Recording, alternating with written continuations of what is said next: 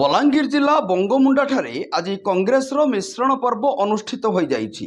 एही मिश्रण पर्व रे मुख्य अतिथि भावे कंटाबांजी विधायक तथा वरिष्ठ कांग्रेस नेता संतोष सिंह सालुजा सम्मानित अतिथि भावे बंगमुंडा ब्लॉक उपाध्यक्ष केशव नारायण जैन, बंगमुंडा ब्लॉक अध्यक्षक प्रतिनिधि तथा सिंधेकेला समिति सभ्य भोलानाथ बेहेरा, बंगमुंडा जोन रो जिला परिषद सदस्य ओम प्रकाश कुंभार, पूर्वतन बंगमुंडा ब्लॉक अध्यक्ष गुरुचरण बेहेरा प्रमुख अतिथि भाव जोग देइथिले।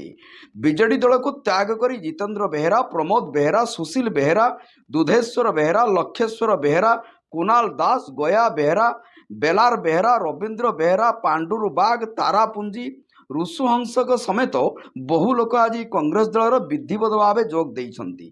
तांको विधायक पुष्पमाल्य देई कांग्रेस दल को स्वागत करथिले।